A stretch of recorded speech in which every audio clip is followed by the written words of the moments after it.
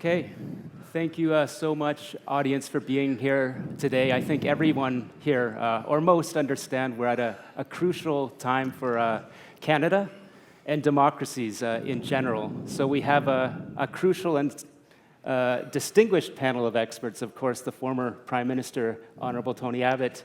I'm going to say the Honorable Cheryl Sapiria, and the Honorable Member Tran, who is Shadow Minister for Foreign Affairs. We're going to start by simply allowing our panelists to give their personal perspective on where we are right now in their view of the threats facing democracies and what our citizens and electors should be focusing on. So let's start with Ms. Sapiria. Thank you very much. You know, it's really an honor to be here with my very esteemed co-panelists and with my very esteemed moderator. I'm the CEO of an organization called Secure Canada. Our mission is to combat terrorism and extremism and related threats like foreign interference by creating truly innovative laws, policies, and alliances that will help strengthen Canada's national security and democracy. Foreign interference is a booming business. There are so many different and evolving manifestations, so many different tentacles. I'd like to make a few general remarks just to give some parameters to the conversation, or at least to my contribution to it. Number one, in order to understand Canada's attitude and response to foreign interference, it needs to be situated within Canada's blasé attitude when it comes to national security. And I always picture, when it comes to national security, Canada adopting the posture of an innocent civilian caught up in a bank robbery. Head down, eyes averted, don't make a sound, and nobody gets hurt. And of course, that's not a way to fight foreign interference, and it only emboldens the bad actors. And there's so many things we can point to when it comes to national security. Canada is considered a military free rider with NATO. I know that there was a recent defense update that committed more money, but it's lacking in a lot of specifics. John Ibbotson recently wrote, Canada is going to be an outlier amongst its allies when it comes to defense spending and should be expected to be treated as such. There are a bunch of statutes that need to be amended, the CSIS Act, the Security of Information Act. We need more regular national security reviews. Even a couple months ago, Toronto police made headlines when they advised homeowners to keep their car fobs easily accessible for armed thieves to come get them without confronting the homeowner. Like, we're in trouble, right? So that's the national context. Number two is the global context.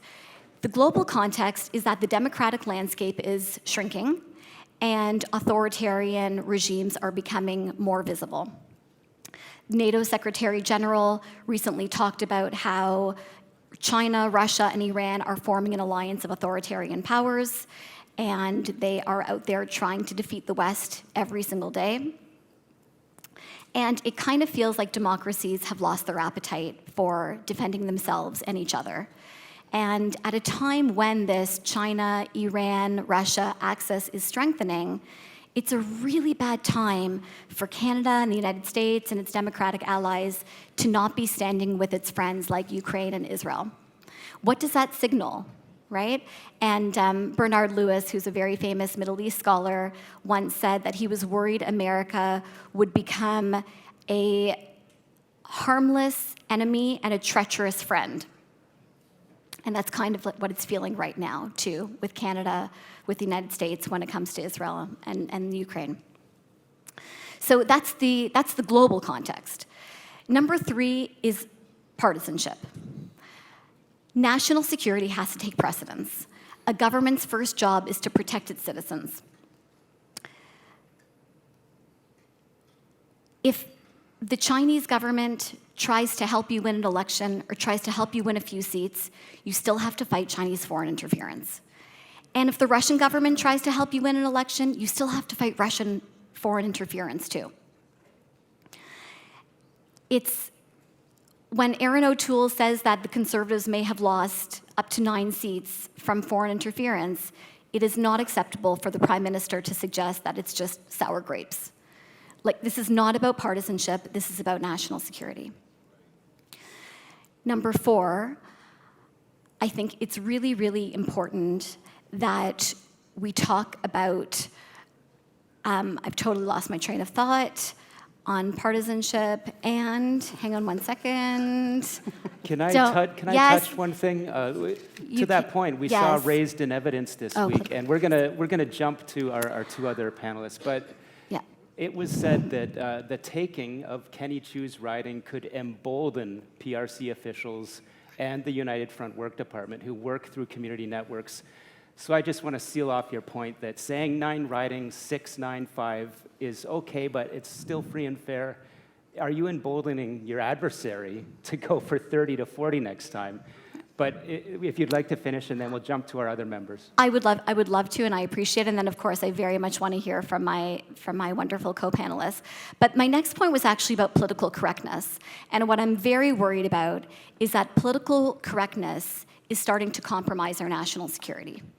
So when the Prime Minister is advised about the political irregularities involving Han Dong's nomination process, and he suggests that it's because of anti-Asian racism, and David Johnston says you're only concerned because these are racialized students, that's a really big problem for our country.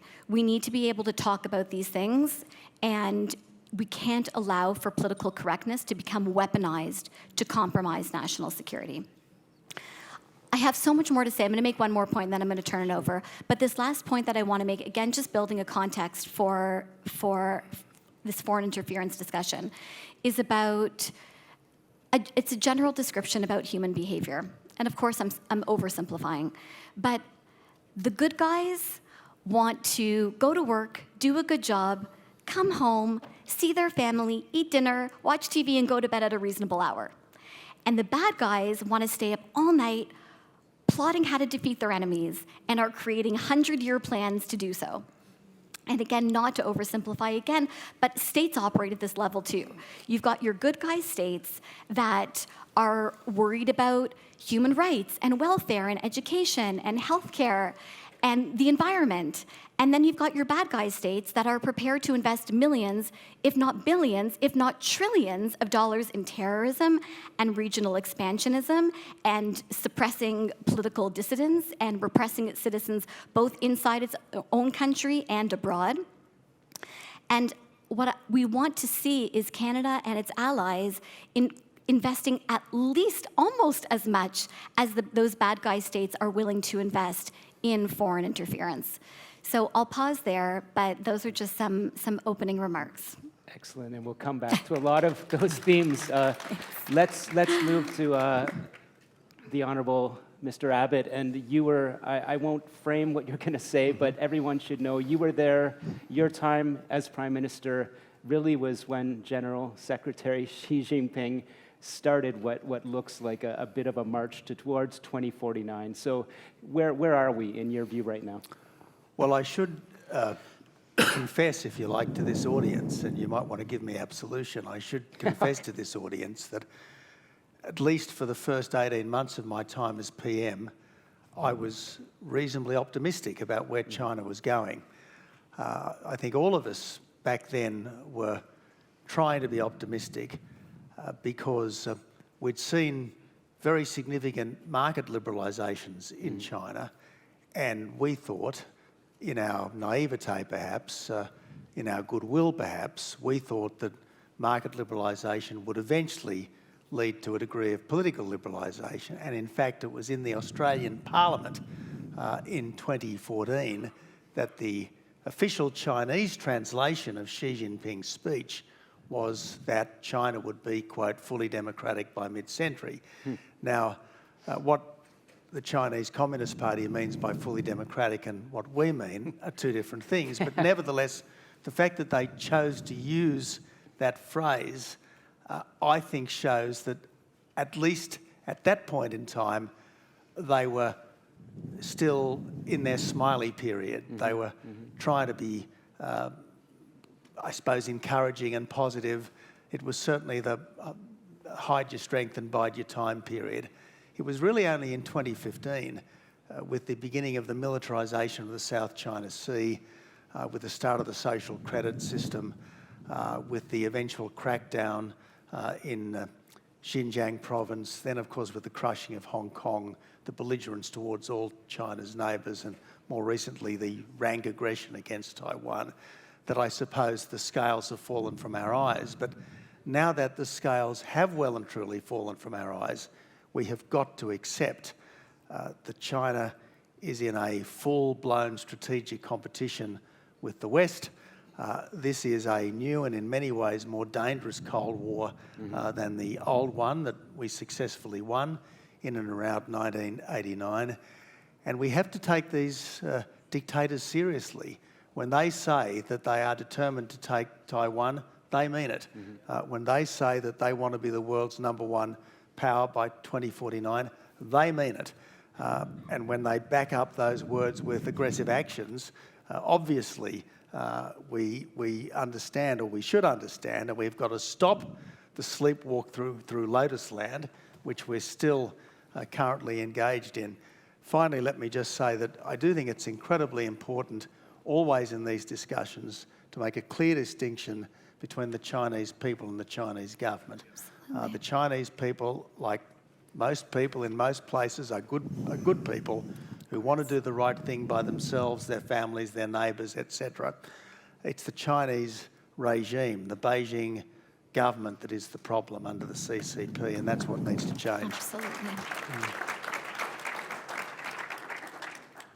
Let's go straight to everyone here knows that Member Chan is in the middle of a proceeding, but I know also you'll share what you can today. And let's start with your big picture view. Where are we? And your personal view, if you can. Well, I couldn't agree more with Tony Abbott and his assessment of how the PRC has evolved over the last 10, 15 years.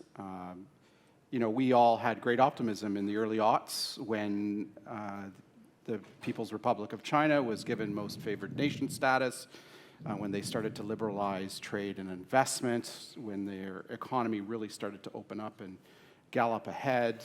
We thought that accompanying that would be improvements in their record on human rights, democracy, and the rule of law.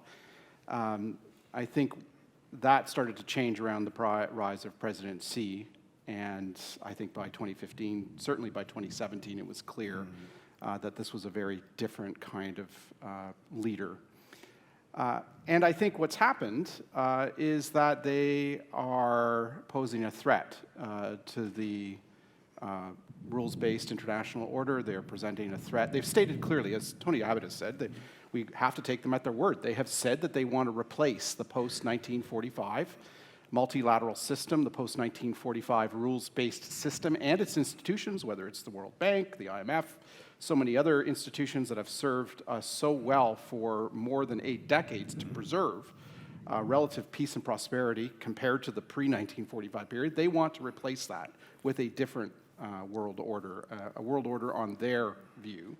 And part of that is using tactics and strategies such as foreign interference. And I think the starting point for us is, what is foreign interference? Countries around the world, governments around the world, foreign states around the world advance their interests. You know, Canada, like Australia, has 2,500, 3,000 diplomats around the world, and their job is to advance Canadian interests, Australian interests. That's what they're supposed to do each and every day when they roll out of bed, and that is legitimate. What is not legitimate is when a state tries to advance its interest in a clandestine, corrupt, and coercive way, and that is foreign interference. And the PRC is one of the leading actors in using that coercive, corrupt, and clandestine way to advance their interests. And they do it in a variety of areas. They target Chinese diaspora communities. They'll go to, they'll go to a community and say, I don't like what you're doing on human rights. And so they'll threaten family back home in order to get them to silence themselves and to shut up. They'll coerce individuals in going back to the PRC through a backdoor illegal extradition method by threatening their families back home. They'll do all of these things in order to advance their interests. And what they have done more recently is they have targeted democratic institutions, and they've targeted democratic processes like general elections. And some of that is what we're seeing in the public inquiry. Some of it's what we're seeing reported over the last year and a half. And I think in the Canadian context, it's clear listening to the experts, such as the director of CSIS, that Canada has lagged our Five Eyes intelligence allies, allies like Australia, New Zealand, the United Kingdom, the United States, in countering these threats. And we are not overstating the threat. I will paraphrase what our intelligence agencies have told us here in Canada, that the PRC's foreign interference threats against our parliament and targeting our elections is a serious national threat that threatens our economy, our economic prosperity, social cohesion, and threatens the very institutions, democratic institutions that we have. So this is a threat we need to start taking much more seriously than we have. Before we swing back to Ms. Superior, can we ask you, what can you tell us about this personalized threat to you as a citizen of Canada and as an elected member? And I know you'll have some restrictions, but what better time to give a narrative of what happened to you? Sure. In essence, since 2020, for 3.5 years, there was a PRC diplomat here in Canada by the name of Mr. Wei Zhou, who was gathering information clandestinely and in other ways about me and my family. And that information ended up in the Ministry of State Security in Beijing, which is Beijing's secret police service. It's coercive and powerful, repressive secret police service. And the more disappointing thing that happened was that the government of Canada the government of Canada knew that this diplomat was doing this, which is entirely inconsistent with diplomatic conventions, which is foreign interference, and didn't do anything about it. They didn't tell me about it. They didn't allow me to have information about it in order to protect myself. And it wasn't, I learned about this on the front page of our national newspaper, the Globe and Mail, last May. This is not the way our system should work. Elected officials should be brought into the loop when these threats are present so they can protect themselves and their family.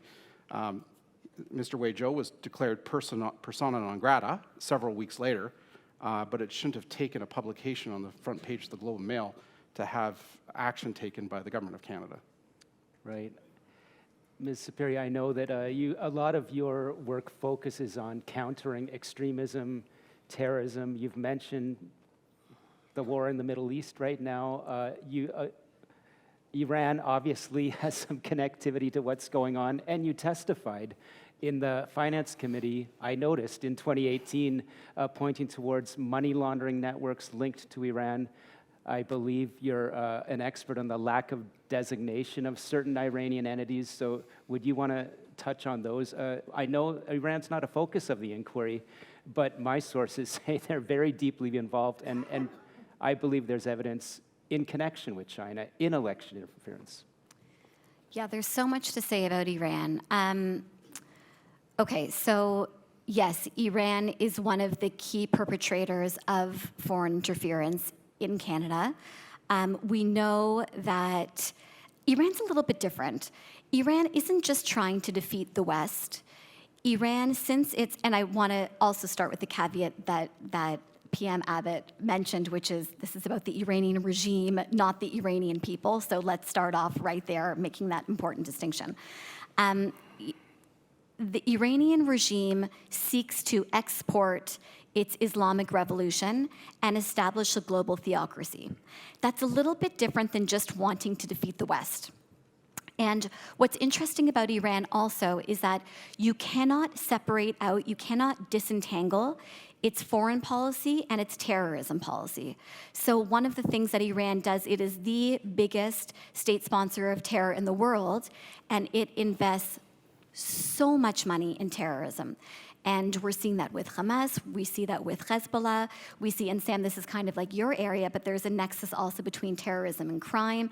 So Iran also works through Hezbollah with drug cartels and criminal organizations. Iran is also making it extremely difficult for Iranians in Canada to live their lives peacefully and safely. And this kind of touches on Michael's point too, which you didn't use this word, but about transnational repression, which is one of the types of foreign interference that there is. And that's when a foreign state is trying to silence or repress its critics, but doing so past national borders. So Iran is extremely active in Canada and elsewhere with respect to its transnational repression. And in fact, Freedom House says that Iran really stands out in its transnational repression for a few reasons. One is the total level of commitment it receives from the state to do so. The other is the level of violence that it employs. And the third is the very diverse range of methods against a very diverse set of targets. So Iran is extremely active in this space. What's very interesting, I told you about the NATO Secretary General talking about Iran, China, and Russia working together as this alliance of authoritarian powers. But what's interesting is that the research is showing that those three countries are also working together to learn from each other and work together and collaborate on transnational repression. And so Canada and the United States and all these countries know about Iranian transnational repression, or they know about Chinese transnational repression or Russian transnational repression. But no one is actually talking about how are these countries working together to further and enhance their transnational repression. And so I think Canada could actually have an opportunity to be a leader in understanding how they're working together and what does that mean. And the flip side is that Canada and its allies need to be doing better in terms of working together to learn best practices when it comes to combating foreign interference and transnational repression. Thanks. So that brings me to, And I just have to say that the IRGC is active here in Canada. It is the primary vehicle that the Iranian regime uses for so much of its bad behavior, its terrorism, its transnational repression.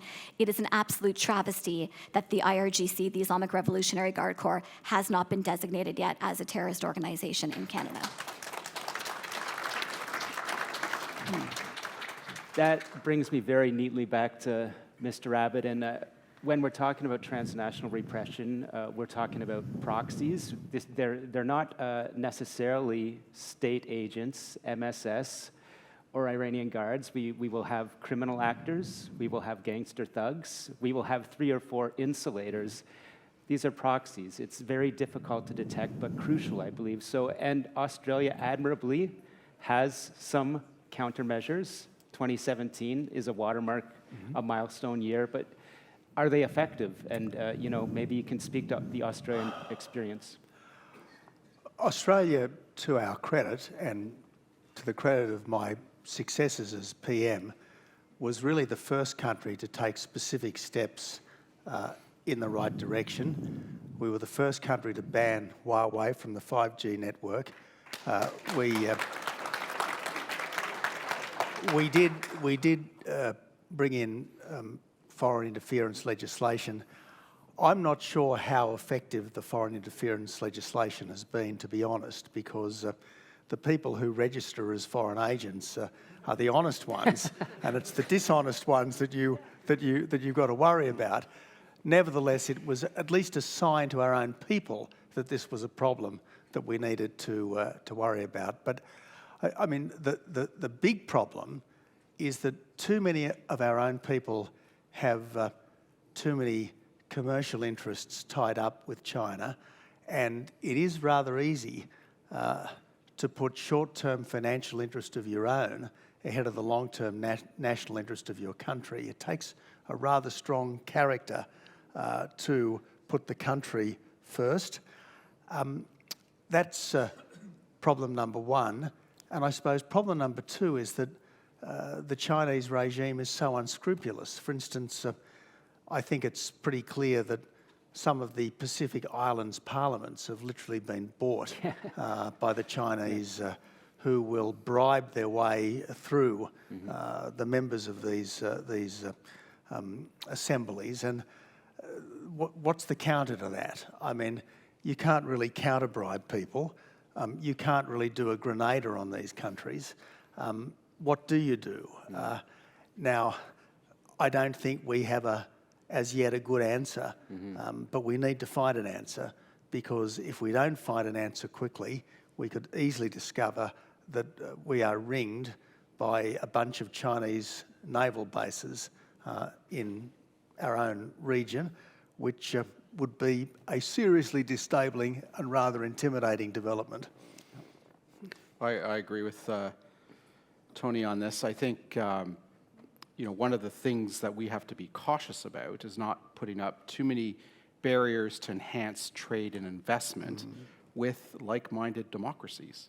So, yeah, I mean, another example that comes to mind. I mean, a well-known global resource company with important strategic mineral interests in Africa at this particular point in time came to me saying, we are being investigated by the Department of Justice, the US Department of Justice, for allegedly unethical behaviour in Africa. And they said it's difficult to actually do business in Africa without, in a sense, treading a fine line. And because of this, frankly, it's probably in our commercial interest to sell our interests. And the only buyer is a Chinese state-owned company. So if things developed as they feared, and I must confess I haven't been keeping tabs on this, control of yet more critical minerals was going to fall into the hands of our strategic challengers. Now, this is where our own fastidiousness and high-mindedness, which is to our credit at one level, is also gravely to our disadvantage at practical levels. And this happens all the time. I mean, if Churchill had been an entirely fastidious leader, it might have been impossible to win the Second World War. Sometimes you have to stoop to conquer. How far can you stoop while at the same time keeping your character? These are difficult challenges that we haven't as yet adequately answered. I want to bounce that to Member Chan, because we're talking, I believe, about the use of illicit financial networks, transnational crime, that are strategically used by hostile China, Russia, Iran, the anti-NATO, let's call them. I believe you talked in Washington about illicit finance, and anyone that follows my reporting knows I'm touching on the corrosive impact here. What companies coercive, corrupt, and clandestine foreign interference threat activities from authoritarian states in Western democracies, targeting our institutions, targeting our citizens, is money. And I think we have been slow to beef up enforcement of money laundering, enforcement of the proceeds of crime, enforcement of proceeds of terrorism. The estimates are that upwards of $130 billion a year is being laundered through the Canadian economy each and every year. That's an astounding figure. We're talking about up to 5% of our GDP is being laundered. And that is coming from the government's own criminal intelligence agency. It's coming from the government's own data. That's incredible. And we need to put in place a range of tools to combat that. So first of all, we need a beneficial ownership registry that actually captures all corporations, trusts, and real estate in Canada. Sam, you've covered the Lower Mainland of British Columbia and the vast amounts of money that the Cullen Commission highlighted, billions of dollars, tens of billions of dollars that are being laundered through Vancouver's real estate market, often by non-resident foreign owners. We've got money laundering going through casinos being operated across the country. So we need a beneficial ownership registry with teeth. And I think British Columbia is the model, but that needs to be nationwide, and we don't currently have that, and that should be a priority. I think the other thing that needs to happen is that the legislation that governs FinTrack, our national financial tracking agency, needs new powers under law in order to trace and track the proceeds of crime, the proceeds of terrorism, the proceeds of money laundering that so often accompany this foreign interference. We need stepped-up enforcement. Our national police force is not fit for purpose. The Royal Canadian Mounted Police are effectively a provincial police force. They effectively, through contract policing, enforce provincial law in 8 out of 10 provinces rather than focusing on their core federal mandate, which is federal crimes, international crimes, money laundering, interprovincial crime. We have, as a result of our inability to prosecute money laundering, to prosecute transnational, international crime, Canada has become the world's #1 exporter of stolen automobiles. That is a fact. Yeah, Right? and we give them our keys. So we have got to improve legislation, improve beneficial ownership registries, improve enforcement. We have to back all of that up with the resources necessary to accomplish that, to combat the money that accompanies foreign interference so we can start protecting our democracy.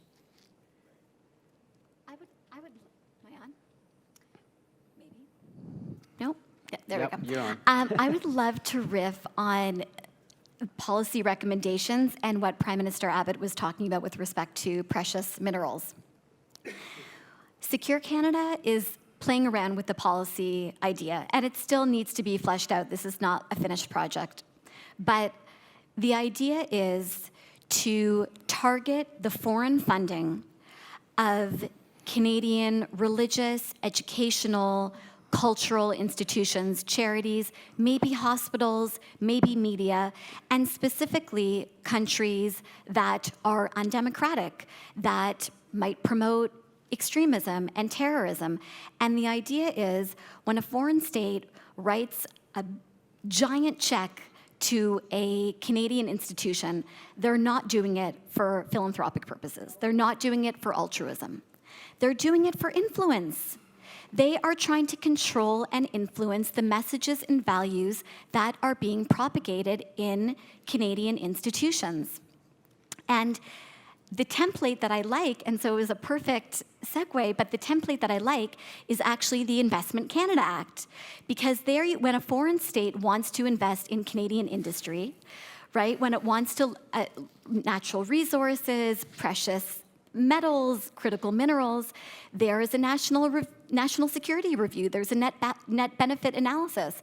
And I would argue that a similar template needs to be put into place when it comes to investment in Canadian religious, educational institutions, because we also don't want their influence there. And do you remember the term friendshoring that Janet Yellen and Chrystia Freeland had mentioned? This was a couple years ago, but they had talked about this concept of friendshoring, meaning to conduct international trade with countries with whom we share basic values so that you're not left in a situation where you're trying to get critical supplies from countries with whom you have geopolitical problems. Same idea. So you're taking this friendshoring concept and you're applying it to which countries do we trust to be influencing the messaging and the values that are being taught in Canadian schools. I was recently speaking to a friend who works at a Canadian training hospital in Toronto. He was saying that Saudi Arabia, and the Saudis are not the problem right now, I'm not pointing fingers at the Saudis, but this is just the example that was provided. Saudi Arabia pays for its fellows to work at Canadian hospitals. And Saudi Arabia pays for the Canadian hospitals to have those fellows. And so the doctors who work at this particular hospital were saying that they've been told, don't say anything about anything happening in the Middle East, don't have an opinion on this, don't weigh in, we don't want to upset the Saudi fellows. It's just an interesting dynamic, but you see what money does. Money has influence. And in schools, there's been a ton of research, in the States especially, about the massive concealed donations from certain countries, like Qatar, that are pouring in billions of dollars to American universities. And it's shown that those undemocratic countries are pouring in money, and in those specific schools, you're seeing less tolerance for Jews, less tolerance for free expression, less tolerance for open inquiry. So this foreign funding really does have implications.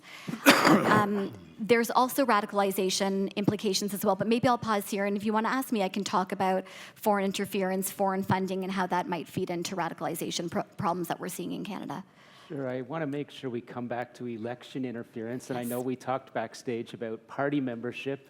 We talked about the the possibilities that it's not just on the poll days. So I'm going to hold that thought, but I want to ask former PM Abbott, you had mentioned that even if Canada is a little wobbly right now on foreign interference, it is admirable that we're having this open hearing. So what's the view internationally on what is being learned here and how it could apply to our friendly nations?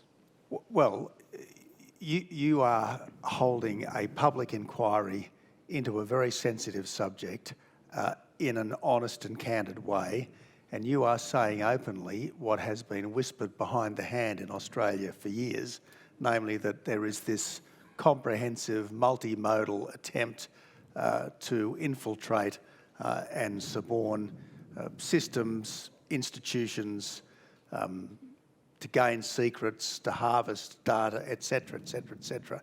So I guess you're putting it all out in the open in a way that we have not really been brave enough in other countries to do, and maybe your courage in this respect will be good for the rest of us to be more courageous.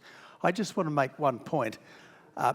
We've got all sorts of reviews and analyses, and in Australia, for instance, foreign investment goes before a Foreign Investment Review Board, which sometimes goes one way, sometimes goes the other way.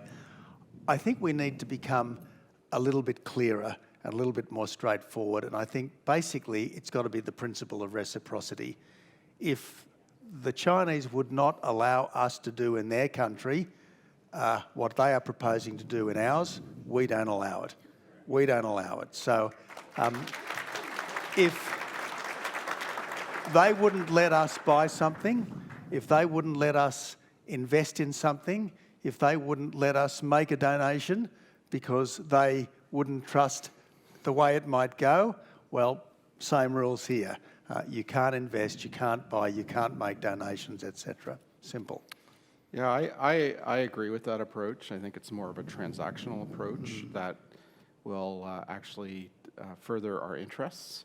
And I think actually, while Australia may learn some things from Canada, I think we've learned a lot from Australia. Australia introduced a Foreign Agents Registry Act in 2017.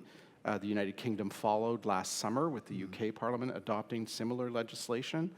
Australia took a much stronger line on PRC threats before other democracies did. And at the time, Australia was pretty isolated. There were tariffs slapped on Australian red wine exports, on Newcastle, on Australian coal exports. $20 billion worth of our exports were capriciously boycotted. And you survived, though. And look, we did survive. I mean, a lot of the anxiety turned out to be misplaced, but be under no illusions about what is expected of us by the Beijing regime. They provided, their embassy provided to the Australian media a couple of years ago a list of demands, 14 demands, and the demands were essentially that we accept all Chinese investment, that we accept all Chinese immigration, that we break the alliance with the United States, and we never criticise the Chinese government. Now, no sovereign country can accept that, and essentially, with, if you like, Marxism-Leninism reinforcing traditional Middle Kingdom exceptionalism, the Beijing view is that everyone else is essentially subject to the Red Emperor. All under heaven must tremble and obey. That is our role, to be subordinate satrapies, satellite states, if you like, of China. But because of that strong response from Australia, I would put to you that the People's Republic of China views Australia today as a low-reward, high-risk country in which to conduct foreign interference threat activities, which is the opposite of what has happened to Canada. We've heard from our National Intelligence Agency that Canada has not only lagged the rest of the Five Eyes Alliance, including Australia, we have become a low-risk, high-reward theater for foreign interference threat activities. And I think that can be laid entirely at the feet of the Trudeau government, and it's something that they really need to be held accountable for. I wanted to...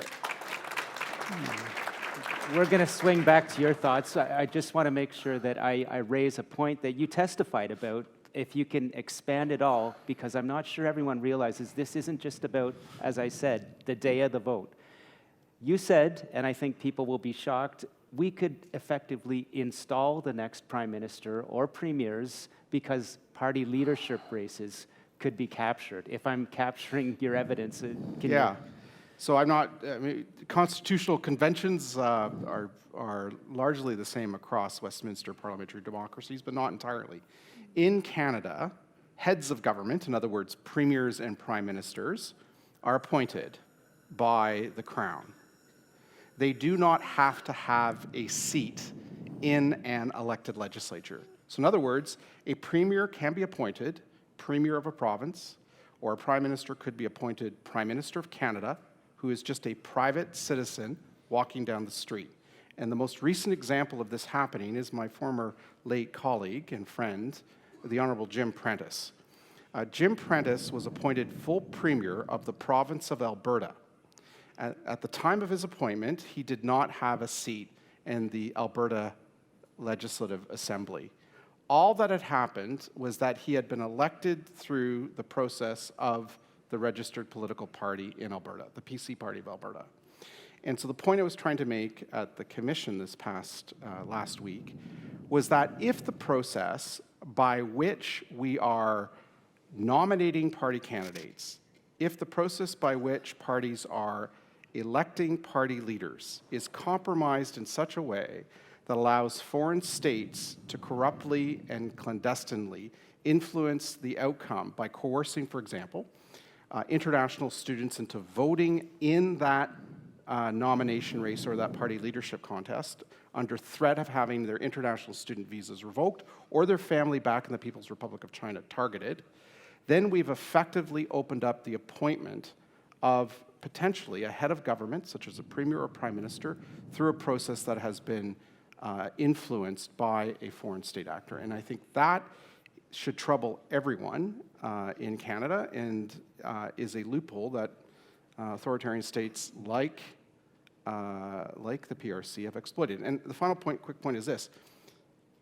This is particularly important in the context of a leadership race, because in a nomination race for a local district, there's still a final process that nominated candidate, that party candidate, has to go through. Voters in a general election still have to vote for that candidate on a secret ballot and elect that individual. But that's not true in the appointment of a premier or prime minister. There is no intermediate step. Jim Prentice did not have to first get a seat in the legislature in order to be appointed full premier. He won the leadership race. The lieutenant governor deferred to the PC Party of Alberta and to the members of the caucus and appointed Jim Prentice full premier. And that is the problem, in particular with leadership races. I think we have several minutes left. We were talking, Cheryl, we've heard about 15, 16-year-olds made party members and then picking the nominee. Is there a prescription across the board that can be applied here to save us from that? Yeah, you know what? Maybe I can end, and I hope, maybe I can end with like some low-hanging fruit recommendations. So one of them, I think, is to clean up the nominations process across all parties, standardize it. And maybe someone can explain to me why I am wrong, but I believe that the same rules that apply for voting in Canada in an election should apply for participating in a nomination race. You need to be a citizen, and you need to be of a certain age, and then you can vote. Until then, I do not think it is appropriate for there to be so many different rules, so many different standards, and so easy for it to be hijacked and abused. Another really low-hanging fruit, in my opinion, there is a bill right now in the House of Commons called the Foreign Hostage Takers Accountability Act. This is Melissa Lantsman's private member's bill. Shuvaloy Majumdar seconded. And this is actually a Secure Canada bill that we helped to prepare. Hostage taking, and in this particular case, when we created this bill, we were really contemplating a situation like China taking the two Michaels hostage as a way of conducting hostage diplomacy. That is such a fascinating manifestation of foreign interference, too, where you were arbitrarily detaining citizens in order to extract concessions from the Canadian government. So that's a bill that ought to be supported as well.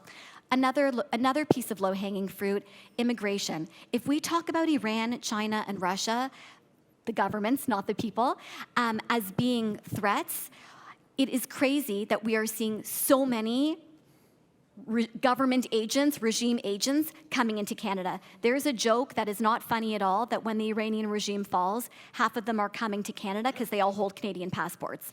Why do they all hold Canadian passports? Like, something has to be cleaned up with that. IRGC needs to be listed, low-hanging fruit. Also low-hanging fruit, there's a terrorist group called Sami Dune that also needs to be listed. There was, the social protests, that are going on right now, this pro-Hamas messaging that you're seeing, and I know we don't have time to get into it, but there has been research done in the States to find out who is organizing it, where is the money coming from. And this initial study, and there's going to be more, there is so much more to find. But this initial study was finding that a lot of it was coming from left-leaning mega philanthropies inside the United States, but with a little bit of foreign involvement. You know what the foreign involvement was? It was Sami Dune, and you know where Sami Dune is registered, where it's incorporated? In Canada. So the problematic foreign funding is from Canada. It's from Sami Dune. So again, like, very, very low-hanging fruit. These are things that there's not going to be one silver bullet that's going to solve foreign interference, just like there's not one silver bullet that's going to solve terrorism. But what we want to do is put in place as many pieces of the puzzle as possible to make it harder for the bad guys to operate here. Just like you say, make it higher risk, lower reward to try to operate in Canada, right? And easier for the good guys to live their lives in peace. Thanks. Let's give PM Abbott the final thoughts. Sometimes I think we're all at the front lines of discovering how dark this can be, but can you give us any positive future look of how we get together as allies to really turn the page on what I do think is a dark time? Well, I like to think that the million or so Australians of Chinese background are, over time, going to be agents of Australian influence in China rather than the other way around, because over time we do have to hope that our brothers and sisters in China lose the yoke of communist overlordship. That's what we've got to hope. In the meantime, I think that the democracies need to stand much stronger and much more united than we have typically been. And I have great faith in the English-speaking peoples, I've got to say. I have great faith in countries like Canada, the United Kingdom, Australia, New Zealand, which have so much in common and so many ties of history and culture. We inhabit the same mental universe, and I think that if we act in a reasonably coordinated and cooperative way, we can change the world for the better. Thank you so much. We're only 4 minutes over. That was, I think, as efficient as Commissioner Hogue. So thank you all so much for coming today, and thank you to our distinguished panelists.